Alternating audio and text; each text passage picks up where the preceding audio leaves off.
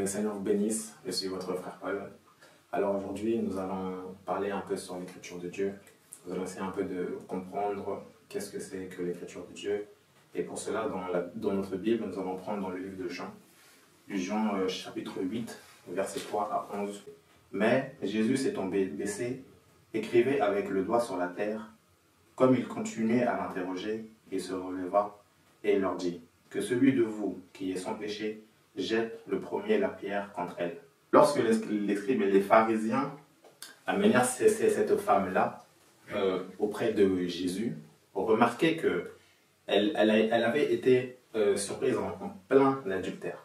Donc, ce n'était pas quelque chose qu'ils avaient entendu dire, ce n'est pas quelque chose qu'on leur avait raconté au loin. C'est-à-dire qu'eux-mêmes, ils étaient là et ils ont surpris cette femme-là en train de commettre cet acte-là. Ils amenèrent cette femme-là, pourquoi? Pour éprouver Jésus.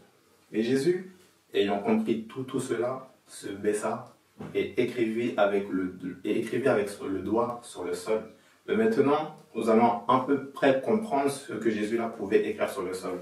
Dans le livre de Lévitique, chapitre 20 au verset 10, ici il nous est dit dans la version du second, si un homme commet un adultère avec une femme mariée, s'il commet un adultère avec la femme de son prochain, l'homme et la femme adultère seront punis de mort. Donc, ce que les scribes ici et les pharisiens faisaient, ils n'étaient pas en délit. C'est même écrit ici qu'ils avaient le droit, ils avaient le pouvoir de condamner ces personnes-là de mort.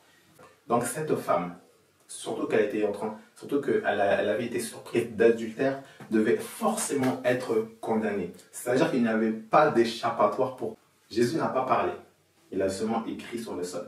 Et lorsqu'il a parlé, c'était seulement pour dire ces mots-là, que celui qui est sans péché jette en premier la pierre contre cette femme. Le jugement des hommes, ce n'est pas le jugement de Dieu. Ça veut dire que si un homme, face à toi, il peut te discriminer, il peut dire de toi que tu es stérile, il peut dire de toi que dans ta vie tu vas échouer, il peut dire de toi que toi dans ta vie tu vas jamais réussir à l'école, il peut dire que tu es idiot et autres. Les hommes peuvent nous traiter de tout, les hommes peuvent dire ce qu'ils veulent de nous.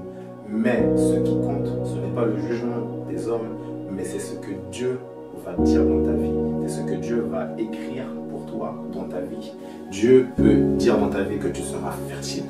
Dieu peut écrire dans ta vie que tu vas réussir. Donc, bien aimé, vraiment, je vous exhorte à prendre l'écriture de Dieu vraiment comme une exhortation de rappel. Vous savez que Dieu, c'est le même hier, aujourd'hui et éternellement. Si cette femme-là méritait la mort, c'est Dieu même qui détient la vie et la mort. Ça veut dire que les pharisiens, selon la loi et les Écritures, ils avaient le droit de lapider cette femme-là.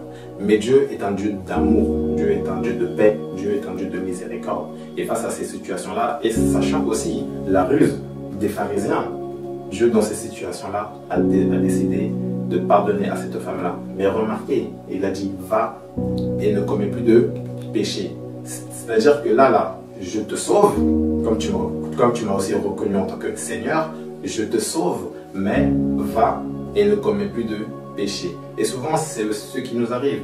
On rentre dans la présence du Seigneur, on dit, Seigneur, pardonne-moi, oh Dieu, pardonne. Dieu te pardonne à ce moment-là. Mais il te dit aussi, ne pêche plus. Donc toi, qui es dans cette position-là aussi, comme cette femme, peut-être que tu as commis des péchés. Peut-être que la condamnation était sur toi.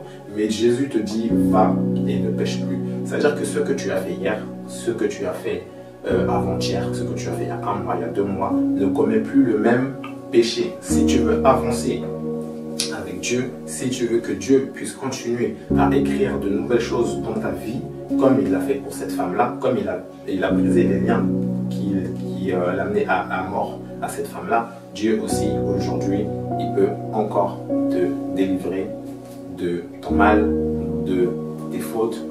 Il peut le faire, car c'est lui qui a le pouvoir et la volonté de te bénir. C'est lui qui a le pouvoir, la volonté de briser les chaînes qui te lient. Si les hommes ont dit, si ça fait, imaginons 3 ans, 5 ans que tu es dans une relation et que tu n'as par exemple, toujours pas d'enfant, les hommes ont prononcé de telles paroles sur toi, ils ont fait des choses sur toi pour que tu ne puisses pas avoir d'enfant, mais Dieu, aujourd'hui, il te dit que tu es fertile.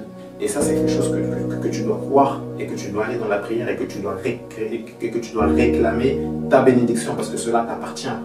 Donc, pour arriver à la fin de cette exhortation sur l'écriture de Dieu, je t'exhorte réellement à rentrer dans la prière et demander au Seigneur, Seigneur, je sais que je ne suis pas forcément digne, mais Seigneur, j'aimerais que tu écrives encore dans ma vie quelque chose de nouveau. Là où les hommes me condamnaient, là où les hommes me disaient que j'allais échouer, que je n'allais pas avancer, Seigneur, j'aimerais que tu écrives encore dans ma vie quelque chose de nouveau. Et le Seigneur te fera grâce. Prions. Éternel Dieu Tout-Puissant, mon Dieu, mon roi, merci Père éternel Dieu Tout-Puissant, Seigneur, pour le temps, Père éternel Dieu Tout-Puissant, Seigneur, que tu nous as accordé, Papa, Seigneur. Père éternel, je sais, Seigneur Dieu Tout-Puissant, Seigneur, que c'est toi, ô éternel Dieu, Papa, Seigneur, qui m'a inspiré, Papa, Seigneur Dieu Tout-Puissant, sur cette exhortation, Père éternel Dieu, Papa, Seigneur. Puisse ton écriture, Père éternel Dieu Tout-Puissant, bénir quelqu'un, Papa, Seigneur, aujourd'hui, Papa, Seigneur. Et tous ceux et celles, Père éternel Dieu Tout-Puissant, qui se sont sentis concernés, Père éternel Dieu Tout-Puissant, Papa, que tu puisses écrire encore, Papa, Seigneur, dans leur vie, dans leur cœur, Père éternel Dieu Tout-Puissant, Seigneur, des choses nouvelles, Père éternel Dieu, mon roi, Papa, Seigneur. C'est ainsi, ô Dieu, Papa, Seigneur, Dieu Père, que je remets, Père éternel, ces instants entre les saints et divinement, Papa. Donne-nous le Seigneur Jésus-Christ. Amen. Amen. Grâce. Shalom, c'était votre frère Paul. Allez en paix et que le Seigneur vous bénisse.